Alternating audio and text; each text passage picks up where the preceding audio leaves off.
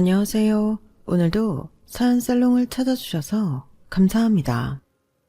저는 서울 서대문구에 사는 40대 초반의 여성이에요. 사연 채널은 한 3년 전부터 팬이 돼서 듣고 있어요. 이혼하게 된 이야기들을 들으며 화내고 웃고 그러면서 힐링도 되고 스트레스도 풀었죠. 그런데 저한테도 사연을 보낼 만한 일이 생길 줄은 정말 몰랐네요. 어떤 일이냐 하면 결혼하고 2년이 안 돼서 이혼하게 된 사연이에요. 제 경우도 여기 나온 일들 못지 않다고 생각해요. 제 이야기도 많은 분들이 들어주시고 공감해 주시고 응원해 주셨으면 좋겠어요.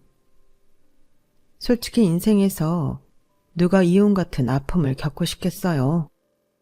하지만 이런 선택이 때로는 옳을 수도 있는 거잖아요.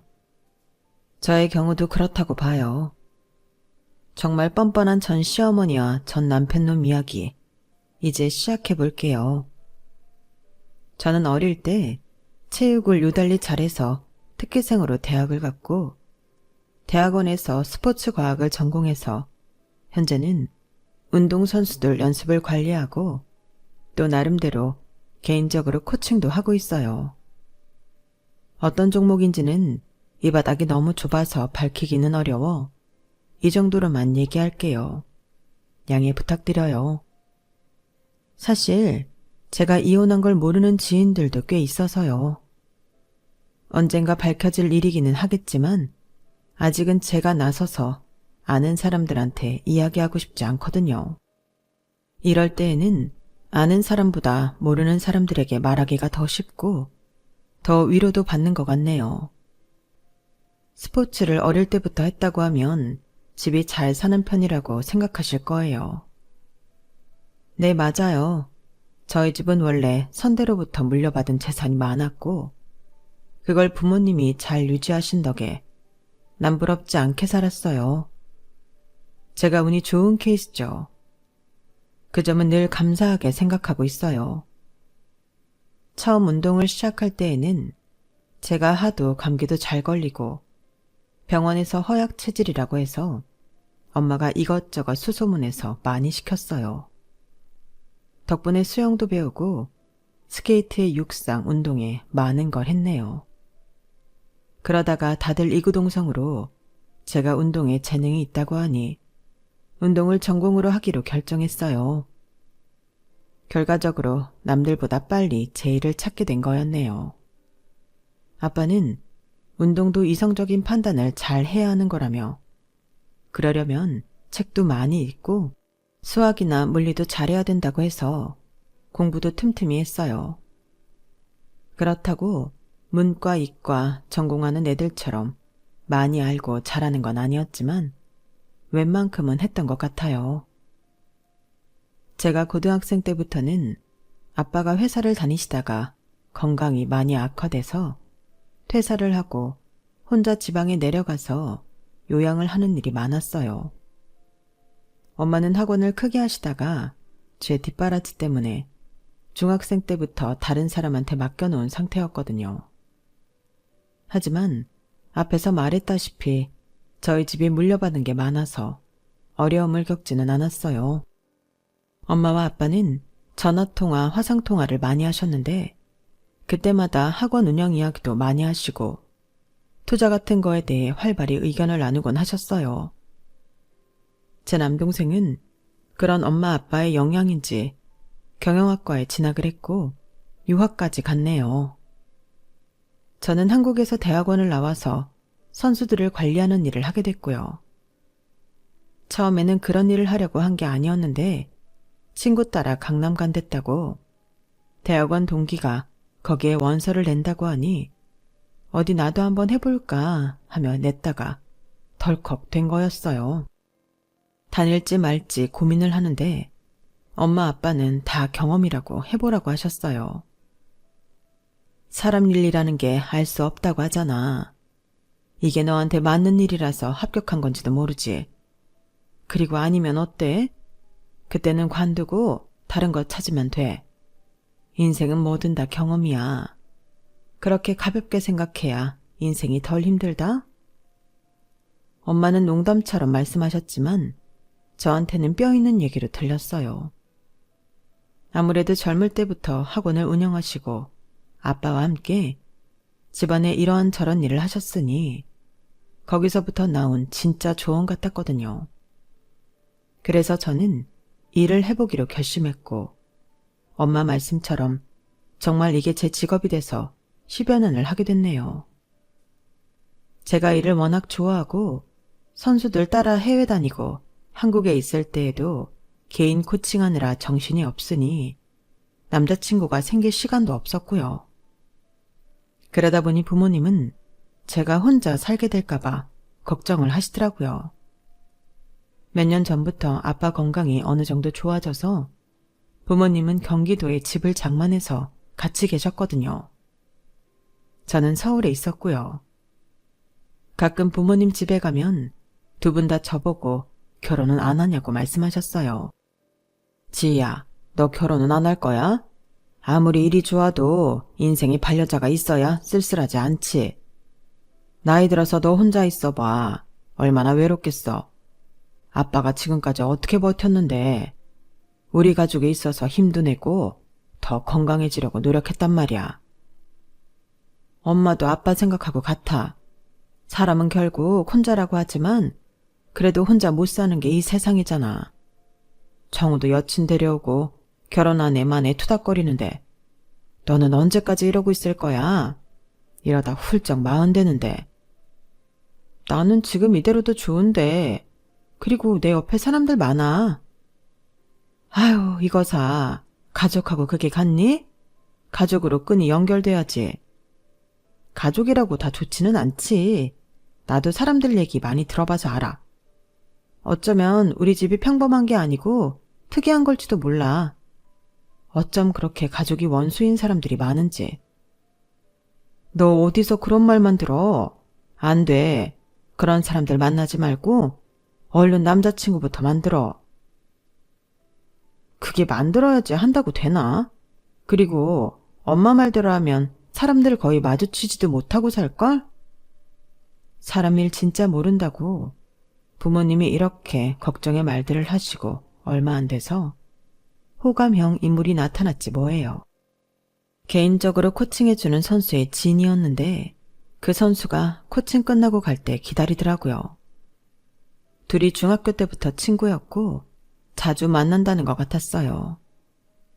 저는 그 사람이 일반 회사를 다니지는 않을 거라고 생각했는데 왜냐하면 평일 오후 시간에 편한 옷차림으로 올 때가 많았거든요. 아니나 다를까 정식으로 만났을 때 처음 자기소개를 할 때 엄마랑 같이 쇼핑몰 사업을 한다더라고요. 엄마 덕이기는 한데 이 나이에 이사직함 달고 있네요. 그렇다고 일을 못하지 않습니다. 영어도 유창하고 이탈리아어랑 중국어도 해요. 이 정도면 능력 있죠? 제가 직접 해외 나가서 수입 계약도 잘 따오는데 친구놈들 중에는 제가 능력도 없는데 부모 덕에 편하게 산다고만 생각하는 애들도 있어요. 아, 뭔지 알 것 같아요. 저나 동생도 부모님이 돈 많아서 실력도 안 되는데 뭔가 부정으로 자리 잡고 유학 갔을 거라고 생각하는 사람들이 있거든요. 어떤 마음인지 충분히 이해해요. 이런 공통점이 있어서였을까요? 저희는 빠르게 가까워졌고 저도 남편도 나이가 있어서 양쪽 집에서는 별말하지 않고 결혼에 찬성했어요. 그렇게 저는 부모님이 바라시던 결혼을 하게 됐네요. 남편 아버지는 남편이 대학 다닐 때 돌아가셔서 시어머니 한 분뿐이었어요. 다른 나라에 사는 손이 시누이가 있기는 한데 별로 안 친하다고 하더라고요. 예전부터 엄마와도 잘 싸웠고 남편과도 사이가 그닥 좋은 편이 아니라고 했어요. 그래서인지 시누이는 외국인 남편과 결혼식만 참석하고 그 후 간다 온다 말도 없이 가버렸더라고요. 시어머니는 결혼 전에도 인상이 만만치 않다고는 느꼈어요. 사업을 하려면 저래야 되겠지라고 좋게 생각했었는데 결혼하고 나서 보니 그 인상값을 하더라고요. 초반에 제 길을 꺾으려고 어찌나 용을 쓰던지요. 그런데 저도 운동을 한 사람이잖아요. 선수 생활까지 한 사람들이 그렇게 기가 약하지 않거든요. 저를 두 눈 부릅뜨고 노려보거나 제가 말을 해도 대답도 않는 것 정도는 아무렇지도 않았어요. 진짜 그러든지 말든지 흘려버렸죠. 신혼여행 후 처음 시댁에 갔다 오자 남편이 이러더라고요. 지 너 진짜 기세다. 우리 엄마 저러면 다들 주눅 드는데 너는 어떻게 된 거야? 우리 엄마 너 군기 좀 잡으려면 고생하시겠는데? 그랬어? 나는 잘 모르겠던데. 그런데 말이야, 가족끼리 왜 기를 잡아야 되는데? 그럴 필요가 있어? 넌 이제 우리 식구 된 거지 전에는 아니었잖아. 뭐 신고식 같은 거라고 생각하면 돼. 수혁 씨는 이래도 되는 거라고 생각하는 거야? 아니, 뭐, 왜? 기분 나빠? 원래 운동할 때도 코치들이 기강 잡고 그러잖아. 그거랑 뭐가 다르다고 그래?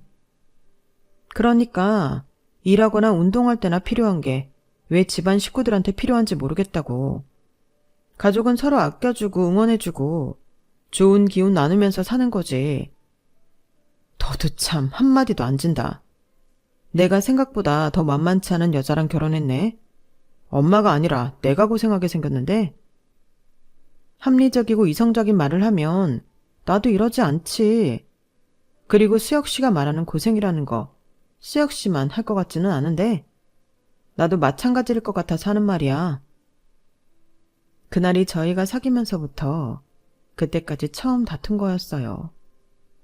그래도 둘 다 금방 풀었고 앞으로 잘해보자 했었죠. 하지만 두 번째 시댁 방문에서는 시어머니가 좀 저를 많이 건드리셨어요. 나도 우리 수혁이 운동 잠깐 시켜봐서 하는데 그게 죄다 부모공으로 되는 일이잖아. 운동만 했던 애들이 아주 싸가지는 없고 세상이 다 지들 뜻대로 돌아가는 줄 알아. 너도 부모가 돈 많고 운동해서 아주 오냐오냐 큰 게 보인다? 오냐오냐 큰 게 아니고 사랑 많이 받고 부모님하고 대화 많이 하며 살았어요. 그리고 인생이 마음대로 다 되는 줄 알면서 어떻게 사회생활을 하겠어요. 그건 어머님도 잘 아시잖아요. 이게 네가 오냐오냐 컸다는 증거야. 따박따박 네 할 말 다 하잖아. 어머님이 잘 모르시고 하시는 말씀이니 그렇죠. 솔직히 운동하는 애들이 얼마나 협동적인데요. 바깥에서 보는 거랑 달라요. 제가 돈 많은 부모님 밑에서 커서 그러는 거라고 하시면 수혁 씨도 능력 안 되는데 어머님 덕에 이사 달고 편히 산다는 말 듣잖아요. 그런 말 들으면 좋으세요? 아니죠. 저도 그래요. 저희 부모님한테도 실례고요. 야, 나 세다. 너처럼 기센 애 처음 본다? 내가 어쩌다 이런 며느리를 받지? 저도 어머님이 이런 생각 가지신 줄은 몰랐어요. 저는 서로를 잘 모르니 생긴 일이라고 생각할게요. 저에 대해 모르시잖아요. 저도 어머님에 대해 모르고요. 편견 갖지 않으려고 하니까 어머님도 그렇게 대해주셨으면 좋겠어요. 제가 많이 맹랑하고 시건방지다고 느끼실지 모르겠지만 시어머니가 무작정 저를 기죽이려고만 하시니 왠지 승부욕이 발동했던 것 같아요. 참, 그리고 이거는 아직 확정적인 건 아니지만 부모님이 투자금 뺀 게 있는데 어머님 사업이 괜찮은지 알아보겠다고 하셨거든요. 투자를 해도 좋을지요. 전문가하고 상담을 하실 것 같네요. 일단 알고 계시는 게 좋을 것 같아서 미리 말씀드려요. 제 말에 시어머니는 표정이 확 달라졌어요. 아주 순식간에 미소가 퍼지더라고요. 그럴 것 같아서 일부러 말한 것도 있었어요. 더는 저한테 싫은 소리 못하게 할 입막음용이었죠. 아니, 그걸 알아보고 말고 할 게 뭐 있니? 그냥 하면 되지. 사돈간에 무슨 정보가 필요해? 식구나 마찬가지인데. 어머님도 저 이제 식구 됐다고 이렇게 하시잖아요. 하물며 투자는 돈이 오고 가는 건데 확실히 해야죠. 저희 부모님은 아무리 친한 친구여도 투자 같은 건 철저하게 따져보고 알아보고 하셨어요. 그게 친구도 안 잃고 의도 안 상하는 거라고요. 뭐래니? 얘는 우리 사업 문제 없어. 투자하면 그냥 논하는 거지. 하긴 내가 바깥 사돈 니들 살 집 20평 해주는 거 보고 돈만 많고 사람이 작다고 생각하기는 했다. 그게 이런 데서도 나오는구나. 어머님은 저희 집 아예 못 해주신다고 하셨잖아요. 어머님은 무려 사업가신데요. 제 말에 시어머니는 더 이상 말을 못하고 째려보기만 했어요. 남편도 듣기 거북하다며 뭐라고 했고요. 그래도 친정에서 투자를 알아본다니 저한테 무슨 말 잘못했다가 틀어질까봐 그런지 말조심을 하더라고요. 이제 와서 하는 말이지만 그때 이미 저는 결혼한 걸 후회하고 있었어요. 괜히 엮인 것 같은 거 있죠. 부모님도 시어머니 사업 정보를 받아보고 재정 상태를 알아보시고서는 좀 실망하시는 것 같더라고요. 이게 누구한테 투자 받을 상황이 아닌 것 같다고 하셨어요. 뭐 밀키트 사업을 시작한다길래 알아본 거였는데 요즘 그쪽 전망이 좋잖아. 근데 이거는 사업 자체를 첫 단추부터 뭔가 잘못 시작한 것 같다. 생각보다 쇼핑몰이 적자가 크고 돈 들어오는데 좀 어려움도 있겠는데? 그러면서 아빠가 말을 아끼셨어요. 제가 이미 시어머니한테 말을 했다고 하니 알겠다고만 하시더라고요. 근데 시어머니가 정말 웃겼던 게요. 사람이 너무 가볍고 속이 빤히 들여다 보였어요. 전에는 한 번도 엄마한테 호칭을 한 적이 없었는데 갑자기 안싸돈 찾으며 엄마한테 전화도 하고 친한 척을 하더라고요. 부모님은 시어머니가 그닥 좋지는 않으셨지만 저를 생각해서 친절히 대하려고 하셨어요. 그리고 부모님이 이 정도는 없는 셈 쳐도 되겠다 싶은 선에서 투자할 생각이셨더라고요. 그래서 같이 얘기를 좀 하자고 하니까 정말 엄청 고급 일식집으로 부모님을 초대한 거 있죠. 사실 상견례 때 시어머니가 비싼 데 잡을 거면 우리 쪽에서 부담 많이 하라고 해서 시어머니가 원하는 적당한 데에서 했거든요. 그리고 반반씩 냈고요. 물론 이제는 저희 부모님하고 사업상 만나는 거니 그럴 수 있겠지만 너무 속 보이는 것 같아 얄미웠어요. 저나 부모님이나 이왕 연을 맺을 사람들 잘 지내보자는 생각이었어요. 사람 사이가 껄끄러우면 불편하잖아요. 저희 부모님은 여유가 있어도 그렇게 비싼 음식 안 좋아하세요. 특별한 경우가 아니면 그런데 잘 안 가세요. 그런데 시어머니는 아주 툭 하면 5성급 호텔 레스토랑 가서 밥 먹더라고요. 백화점 식당 가도 잘 안 가요. 아주 잘 나가는 비싼 게 있으면 가고요. 뭐 그런 것까지 제가 말을 할 수는 없었죠. 평생 그렇게 살아왔고 그게 당연한 줄 알고 살았을 텐데요. 저희랑 가풍이 다른 거니까 그런가 보다 하고 넘어갔어요. 아무튼 그날 부모님은 식사를 하며 밀키트 사업을 전면 개선하면 얼마 정도 투자를 할 수 있다고 말씀하셨대요. 투자도 투자인데 부모님은 저를 생각하셔서 그러셨더라고요.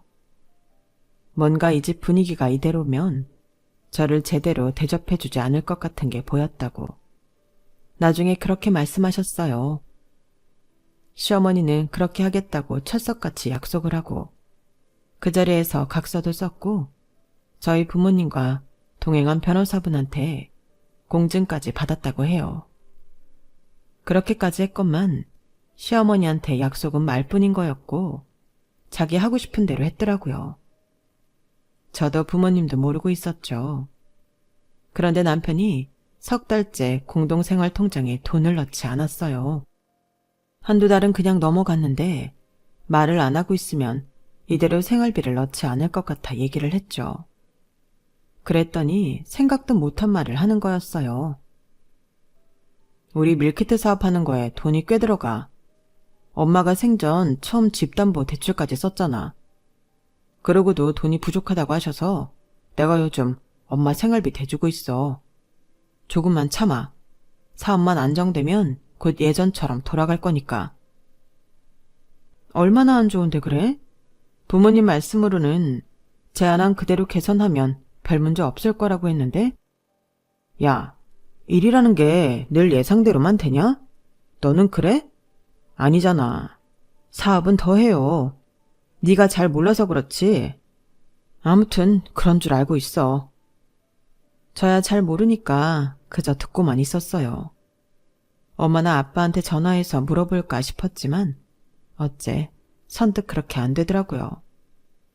저도 모르게 무의식 중에 뭔가 일이 잘못 돌아가고 있다고 감지했던 것 같아요. 어머니나 남편이나 회사가 자금 사정이 안 좋다는데도 늘 가는 데는 비싼 레스토랑이고 꼭 5성급 호텔에서 묵고 하는 게 저는 좀 이상하더라고요.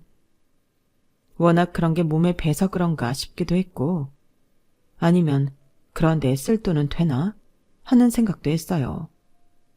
하지만 그럴 거면 남편한테 생활비를 탔으면 안 되는 거잖아요. 앞뒤가 맞지 않더라고요. 그런데 얼마 안 돼서 시어머니가 전화가 왔어요. 여느 때와는 다르게 아주 상냥한 목소리로 저한테 며느라기라고 하는데 너무 어색하더군요. 우리 며느리 밥을 잘 챙겨 먹었어? 어디 아픈 데는 없고? 네, 저 다 괜찮아요, 어머니. 그거 걱정되셨어요? 예, 오늘 우리 같이 쇼핑하지 않을래? 차도 마시고. 아, 죄송해요, 어머니. 오늘은 제가 일 끝나고 선약이 있어요. 미루기 어려워요. 그럼 내가 지금 말하는 수밖에 없겠다. 너 돈 좀 있지? 나 당분간 쓸 수 있을까? 생활비 수혁 씨가 안 보냈어요. 생활비 보낸다고 이번 달도 저희 생활비는 안 줬는데요. 내가 그깟 생활비 때문에 너한테 돈 얘기를 하겠어? 한 1억만 어떻게 안 될까? 급한 불 좀 끄게. 그런 큰 돈을 제가 움직이기는 쉽지 않은데요. 수혁이한테 말 안 하면 되지. 어차피 네 돈 아니니. 네 돈 네가 쓰는 건데 뭐라고 할 거 있어? 근데 어머니 혹시 저한테 돈 있는 거 수혁 씨한테 들은 적 있으세요? 제가 딱 그만큼 따로 둔 통장이 있거든요. 어? 아니야. 걔가 그런 말을 나한테 못하러 해. 돈 있다니 다행이다. 얼른 좀 보내다호. 근데 이거는 제 신상에 무슨 일 생겼을 때 쓰려고 한 돈이라서요. 아우, 참 빡빡하게 군다. 누구 없는 돈 가졌어? 그래서 준다는 거야, 만다는 거야? 제가 돈 주는 게 망설여지는 건 당연한 거 아닌가요? 솔직히 시어머니라고 그 돈을 갚을지 말지도 모르는데요. 저한테 1억 통장이 있다는 건 신혼여행 가서 남편한테 얘기했었어요. 이건 제가 사회인이 됐을 때 지금은 돌아가신 할머니가 제가 정말 위기 상황이 되면 쓰라고 따로 주신 거였어요. 그 돈을 쓸 일은 한 번도 없었고요. 그 사이 이자도 좀 붙기는 했었죠. 근데 딱 1억을 달라는 게 수상하더라고요. 저는 저녁에 남편한테 물어봤어요. 수혁 씨, 혹시 내가 1억 있다는 거 어머니한테 얘기한 적 있어? 그랬나? 했던 것 같기도 하고. 기억이 가물가물한데? 누가 그런 거 일일이 기억하고 살아. 어제 먹은 아침도 잘 안 떠오르는데. 그렇게 얼버무리며 치킨을 먹겠다고 배달앱을 들여다보는 게 딱 감이 왔어요. 남편은 자기가 곤란하면 이런 식으로 피해갔거든요. 저는 이 돈을 시어머니한테 줘야 할지 계속 고민하고 있다가 일단 급하다는 걸 먼저 돕다는 마음에 돈을 보냈어요. 돈 받은 시어머니는 아주 신이 나서 저한테 전화를 했더라고요. 예, 고맙다. 잘 쓸게. 이번 일요일에 집에 와라. 맛있는 거 먹자. 저는 맛있는 것도 안 반가웠고 별로 가고 싶지도 않았어요. 주말에 갔더니 바로 나가자면서 또 5성급 호텔 레스토랑에 가서 호들갑을 떨며 제일 비싼 음식을 사주더라고요. 저는 그런 음식 별로 좋아하지도 않을 뿐더러 맛있는지도 잘 몰라서 그냥 그랬어요. 고마우면 차라리 제가 좋아하는 데에서 좋아하는 걸 사주면 좋겠는데요. 그리고 한두 달은 잠잠했던 것 같아요. 근데 또 돈이 부족하다고 혹시 돈 빌릴 데 없냐고 하시더라고요. 제가 주변에 큰돈 빌릴 사람이 없다고 했죠. 시어머니는 이렇게 말했어요. 왜 없어? 네 부모님한테 빌리면 되잖아. 네? 부모님이요? 저기 어머니, 저희 부모님이 어머니한테 투자까지 하셨는데 이런 거 아시면 오히려 안 주시지 않을까요? 왜? 내가 쓴다고 해. 네가 필요하다고 해. 저는 그렇게 돈 필요할 데가 없어요. 부모님도 그걸 아시고요. 그리고 저 부모님한테 어머니 대신 돈 빌리고 싶지 않아요. 제가 1억 들인 게 2달도 안 됐는데요. 저희 부모님 투자금은 어떻게 된 거예요? 네가 사업을 뭘 한다고 그따위로 말을 하니? 내가 아무렴 허튼 데에 돈을 썼겠어? 됐다. 그렇게 성질을 버럭 내고 전화를 끊더니 저한테 아주 냉랭해지더라고요. 남편도 제가 돈 안 해준다고 투덜대기만 했고요. 저는 결혼이 이런 건가 싶고 깊은 회의감이 들었네요.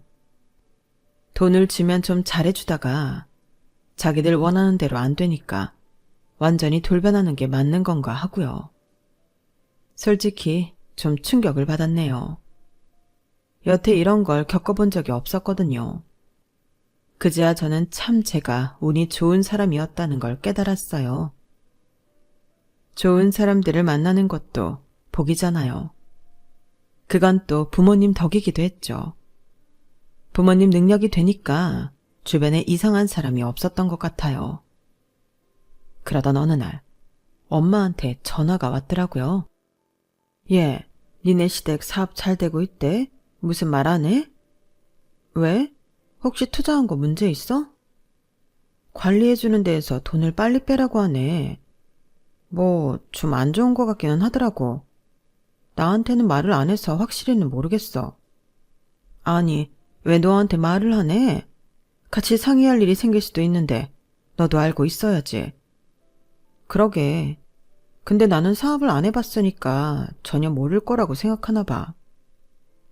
엄마는 한숨을 쉬며 고민해봐야겠다고 하고 전화를 끊으셨어요. 남편은 언젠가부터 집에 늦게 들어오고 뭔가 되게 허둥대는 것 같기는 하더라고요. 그러더니 어느 날 갑자기 저한테 심각하게 이러는 거였어요. 있잖아. 지 너 일하는 거 아무 문제 없지? 관두거나 그럴 거 아니지? 이 집이야. 장인어른이 해주신 거니까 신경 안 써도 되고. 나 계속 일하는데 왜 그래? 회사 사정이 많이 안 좋아. 지금 같으면 언제 무슨 일이 터져도 이상하지 않을 정도라서. 저는 그 말을 듣고 엄마한테 투자금 회수를 했는지 문자를 보냈어요. 엄마는 안 했다며 어차피 그 돈 없는 셈 쳐도 되는 걸 한 거라고 시간이 걸려도 두고 보겠다고 하셨어요. 그런데 어쩐지 느낌의 부모님은 시어머니 사업이 잘못된 걸 알고 계시는 것 같았어요. 사돈이니까 아무 말 안 하고 계시는 거였고요. 그리고 며칠 후 정말 남편이 말하던 일이 터졌어요. 회사는 돌아오는 어음을 처리하지 못해서 부도를 맞게 되었고 순식간에 시어머니는 집 밖에 나앉게 되었어요. 남편도 술 진탕 마시고 잠만 자고 완전 무기력해졌더라고요. 솔직히 시누이는 연락도 안 됐고 자식이라고는 남편만 있다고 해도 과언이 아니었어요. 그러니 모르는 척할 수는 없는데 집에서 같이 지내자니 그것도 힘들겠더라고요. 우선 방도 없었고 시어머니와 셋이 살기에는 불편한 게 많았죠. 저는 심적인 부담도 있었고요. 이런 상황에서도 시어머니는 자존심인지 뭔지 모르겠는데 5성급 호텔만 고집하고 거기서 지내시더라고요. 하지만 거기도 돈이 떨어져 더 이상 갈 곳이 없게 됐어요. 그걸 알게 된 친정 부모님은 고심 끝에 시어머니한테 무학재 쪽에 있는 5억대 아파트 전세를 해주셨어요. 엄마, 나 때문에 이렇게까지 하는 거 맞아? 뭐 니네 시어머니잖아. 그리고 우리가 도울 수 있는데 완전 남도 아니고 어떻게 모른 척해. 나 때문에 괜한 돈이 많이 들어가네. 그렇지도 않아. 걱정 마. 엄마 아빠가 다 알아서 하고 있어. 고마워 엄마. 시어머니도 고마워하실 거야. 시어머니는 서울 안에 있을 수 있어서 다행이라며 아주 점잖게 친정 부모님한테 인사를 했어요. 그때도 무슨 비싼 집을 예약한다길래 제가 말렸네요. 저희 부모님은 그런 거 좋아하시지도 않으니까 정 그러면 백화점 식당가 적당한 데 알아보겠다고요. 그렇게 제가 예약을 해서 만난 곳에서 식사를 하며 시어머니 이야기를 들었어요. 밀키트 사업이라는 게 생각보다 쉽지 않더라고요. 정말 몸으로 부딪혀 봐야 한다는 말이 맞다는 걸 실감했어요. 식품 사업도 자신 있었는데 말이죠. 세상이 항상 제 뜻대로만 되는 건 아니네요. 그렇죠. 어떤 일이든 그 일에 대한 기본부터 잘 아는 게 중요한 것 같습니다. 혹시 사부인, 전에 저희가 권고해드렸던 개선점들은 고려하셨는지요? 아빠가 물어보자 시어머니는 눈꺼풀이 파르르 떨렸어요. 안 했다는 거죠. 아, 예. 물론 저희도 다 고려해본 사항이에요. 그렇지, 수여가? 네네. 저희가 검토할 수 있는 건 다 검토했었던 건데 이제 이 시장 조사 같은 게 우리가 완벽하게 한다고 해도 또 바뀌고 하니까요. 트렌드가 확확 바뀌잖아요. 시어머니도 남편도 줄줄이 변명 만들어 놓고 절대 자기들이 부족했다, 모자랐다 이런 말은 안 하더라고요. 그 말에 엄마가 못 참겠는지 좀 쌀쌀맞게 말씀하셨어요. 트렌드보다 중요한 게 기본 아닌가? 트렌드대로만 흘러가면 오래된 가게들이 어떻게 살아남았겠어. 설렁탕집, 냉면집, 대를 이어가면서 하는 데는 트렌드랑 아무 상관없이 잘하고 있어. 그건 기본을 지켰기 때문이야. 엄마가 마음먹고 한 말에 시어머니랑 남편은 더는 아무 말도 하지 못하더라고요. 내심 속이 시원하더라고요. 그렇게 식사를 마치고 나오는 길에 엄마는 남편한테 한마디 더 했어요. 자네 어머니한테 신경 써야 하는 건 잘 알고 있지만 어머니 괜찮으실 거야. 회사 돈이 없는 거지. 어머니 개인 돈은 있을 거 아닌가. 우리 지희한테 소홀하지 않았으면 좋겠어. 네 어머니, 제가 더 잘해야죠. 아무튼 감사합니다. 들어가세요. 남편은 엄마 말을 듣고 쓴웃음을 지으며 설렁설렁 인사를 하더라고요. 기분 나쁘다는 표시였어요. 남편은 그날 집에 와서 저한테 말 한마디 안 하고 아예 같이 있으려고도 안 하더라고요. 그때부터 마치 엄마 말에 복수라도 하듯이 집에도 더 늦게 들어왔고요. 하는 일도 없으면서 말이죠. 핑계로는 친구랑 동업 이야기를 하는 중이라고 했는데 그게 아니라는 건 저도 알고 있었어요. 시어머니도 엄마가 그 말을 한 이후부터는 아주 냉랭해져서 더는 고마워하지도 않았고요. 저한테 당연하다는 듯이 자기 집에 생필품 주문하라고 목록까지 문자로 남겼고요. 그러기를 몇 차례. 더는 이대로 안 되겠다 싶어 시어머니랑 단판을 지으러 갔어요. 분명 자기 돈은 있는데 그걸 쥐고 안내해 놓으려고 하는 게 너무 열받더라고요. 제가 먼저 간다고 연락을 하면 오지 말라고 하거나 뭔 꼼수를 부릴지 몰라서 말없이 찾아갔네요. 그런데 마침 두 사람이 아파트 뒤쪽 쉼터에 있는 게 보였어요. 저는 바로 두 사람에게 다가갔죠. 두 사람이 등을 보이고 있는 자리라 제가 오는 줄도 모르고 있더라고요. 그런데 두 사람 대화를 듣고 저는 정말 깜짝 놀랐어요. 엄마가 이런 동네에서 살 줄 누가 알았겠어. 에휴, 어쩌니 이래서 돈 없으면 서럽다는 거야. 아니, 니네 처가는 어쩜 그렇게 사람들이 쫌스럽니? 내가 몇 번이나 돈 좀 해달라고 해도 꿈쩍도 안 하더라고. 그러더니 겨우 해준다는 게 이런 천세다 글쎄. 그러게 말이야. 지도 보면 답답할 때 많아. 돈 좀 해줬다고 자기 딸한테 잘하라고 하고. 짜증나. 껌값 주고서 생색은 엄청 내더라. 더는 들을 것도 없었어요. 제 마음에 눌려있던 결혼에 대한 회의와 남편과 시어머니에 대한 불신이 완전히 확인되는 순간이었거든요. 저는 바로 사람을 불러서 아파트에서 시어머니 짐을 다 빼서 쓰레기장에 내놓았어요. 그리고 아파트 입구에서 두 사람을 기다렸죠. 그랬더니 어디 가서 밥을 먹고 오는지 느지막이 오던 두 사람은 제가 서 있는 걸 보고 인상부터 찌푸리더라고요. 여긴 왜 왔어? 엄마가 어제 물건 주문하라고 했다며. 근데 왜 주문 안 해? 그러게나 말이다. 왜 저러고 팔짱을 끼고 서 있다니? 시어머니 말에 저는 더 삐딱하게 말했어요. 일단 올라갔다 내려오세요. 제 말에 두 사람은 혀를 차며 올라가더니 조금 있다 남편한테 전화가 오더라고요. 저는 받지 않았어요. 그러자 두 사람이 후다닥 뛰쳐나오더군요. 야 박지, 집에 왜 물건이 없어? 엄마 가방 하나랑 당장 쓸 것 빼고 다 없어졌어. 어떻게 된 거야? 네가 뭐 한 거냐? 그래? 그래서 올라갔다 내려오라고 한 거야? 나 당신 아들하고 안 살아. 이혼할 거라고. 두 사람은 입을 딱 벌리고 놀라서 저를 쳐다봤어요. 우리 부모님이 해준 이 아파트가 껌값이라고요? 그럼 그 껌값 갚으시면 되겠네요. 여기 내가 나간다고 부동산에도 주인한테도 말해놨으니까 그런 줄 아세요.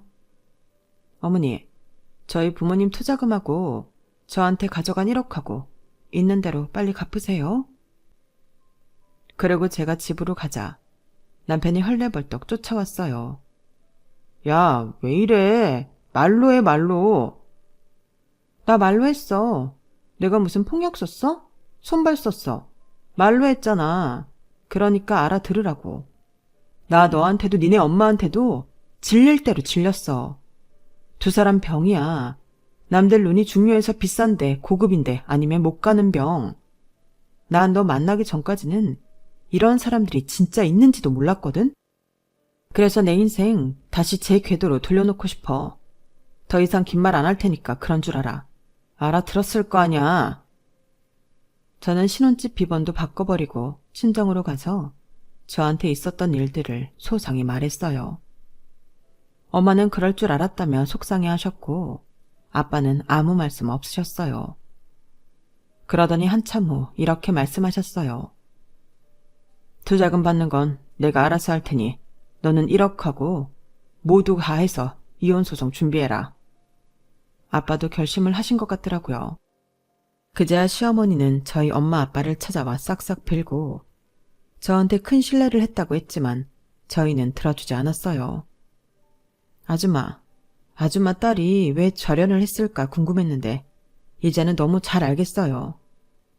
정신이 제대로 박혀있으니까 안 만나고 사는 거죠. 더는 아줌마랑 아줌마 아들 같은 사람하고 엮여서 인생 꼬이고 싶지 않거든요. 그러니까 이만 가주세요. 예, 그러지 말고 며느라. 너 이런 애 아니잖아. 한 번만 더 기회를 타오. 제가 왜 아줌마 며느리예요. 그리고 기회를 드렸었잖아요. 이제 아니에요. 자꾸 이러시면 경비실 연락합니다. 그렇게 할까요? 경찰 부를까요?